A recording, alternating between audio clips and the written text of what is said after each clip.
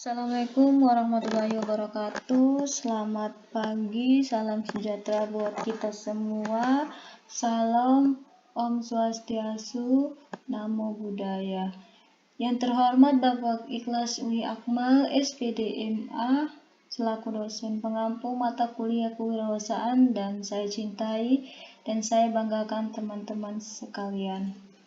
Pertama-tama, marilah kita panjatkan kepada Allah Subhanahu wa Ta'ala karena telah memberikan rahmat kesehatan.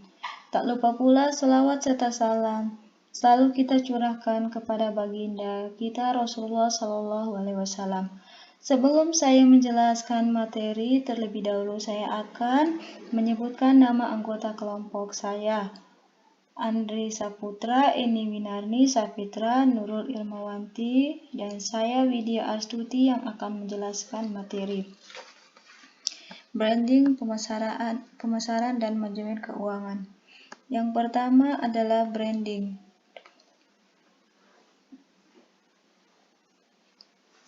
Branding mendefinisikan branding sebagai sebuah proses. Sebuah merek adalah sebuah perasaan keberanian seseorang terhadap produk, pelayanan, atau perusahaan.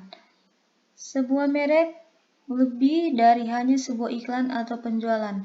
Itu adalah segala sesuatu yang orang pikirkan saat mereka melihat logo atau mendengar nama Anda. Pada tingkatan fundamental, merek diatur oleh kebutuhan manusia untuk membedakan satu hal dari yang lainnya. Merek bukanlah logo, slogan, atau iklan. Mereka hanyalah alat. Merek membuat orang mengingat organisasi Anda, pelayanan atau produk, dan hal unik yang menyertainya. Branding sebuah bisnis. Sebuah brand atau merek bukanlah sebuah logo. Sebuah merek bukanlah sebuah produk. Merek ditentukan oleh pelanggan, bukan oleh perusahaan, bagian pemasaran, agen periklanan, atau direktur perusahaan. Sebuah merek bukanlah apa yang Anda katakan, itu adalah apa yang mereka katakan.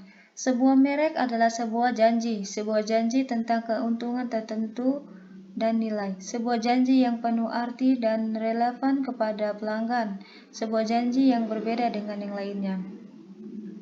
Mengapa perlu branding? Karena orang-orang yang memiliki banyak pilihan tetapi sedikit waktu. Kualitas dan fitur dari barang-barang ditawarkan terlihat sama. Orang-orang yang ingin mempercayai perusahaan langganan mereka. Strategi bisnis.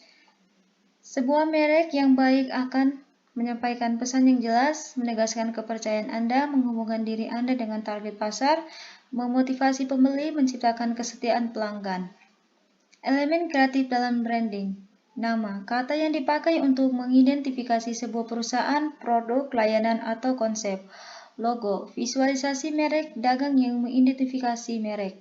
Slogan atau frase yang mudah diingat, dihubungkan dengan hadiah serbet dapur, adalah bagian penting dari merek Verizon. Grafik, pita yang dinamis merupakan bagian dari merek dagang Coca-Cola.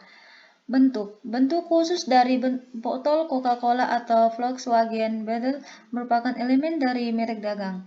Warna Owen Coming merupakan satu-satunya merek sekat kaca serat yang bisa berwarna merah muda.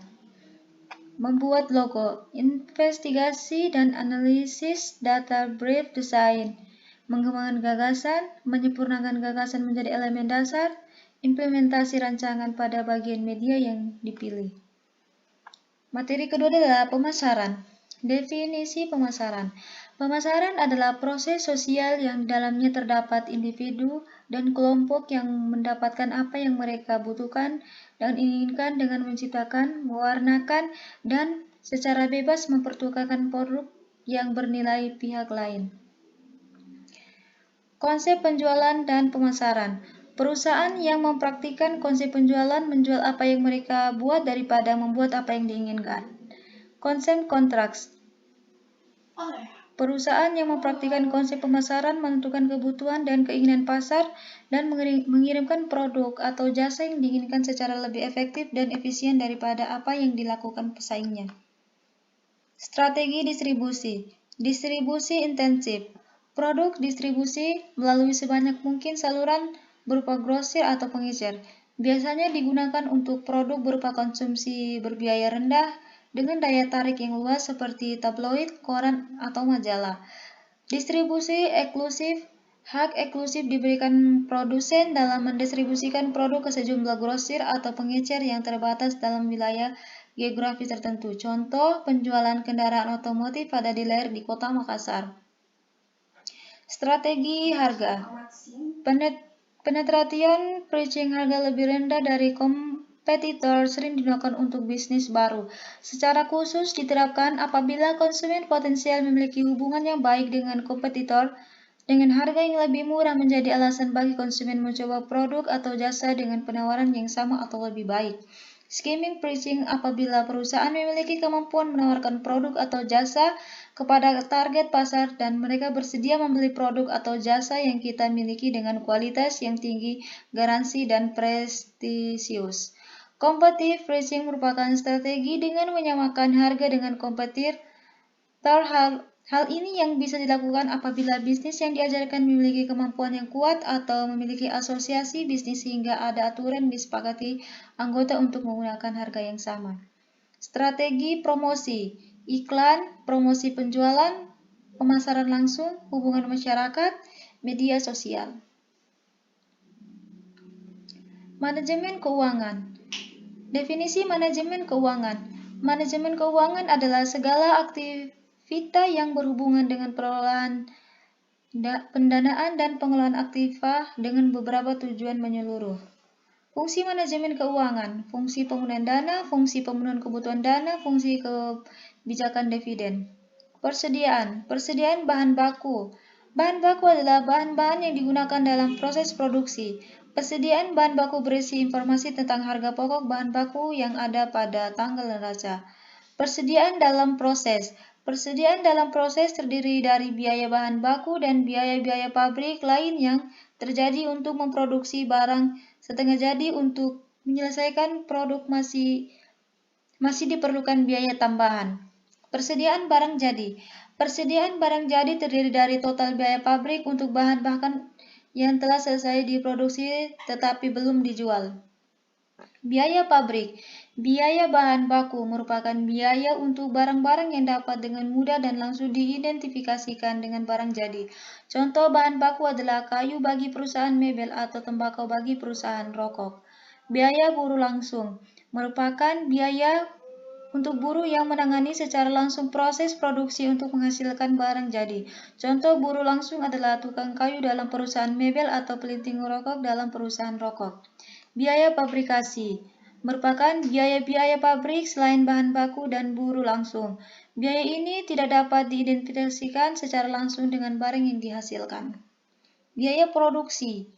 Biaya produksi biaya yang dibebankan dalam proses produksi selama satu periode. Biaya ini terdiri dari persediaan dalam proses awal ditambah biaya pabrik. Termasuk dalam biaya produksi adalah biaya-biaya dibebankan pada persediaan dalam proses pada akhir periode. Harga persediaan produk. Semua biaya yang diperlukan untuk memperoleh persediaan sampai persediaan tersebut dapat dijual. Namun, umumnya hanya elemen yang terkait secara langsung saja yang dikelompokkan sebagai harga pokok persediaan. Terima kasih. Baiklah, itulah hasil penjelasan yang bisa saya sampaikan. Semoga bisa bermanfaat untuk kalian semua. Amin.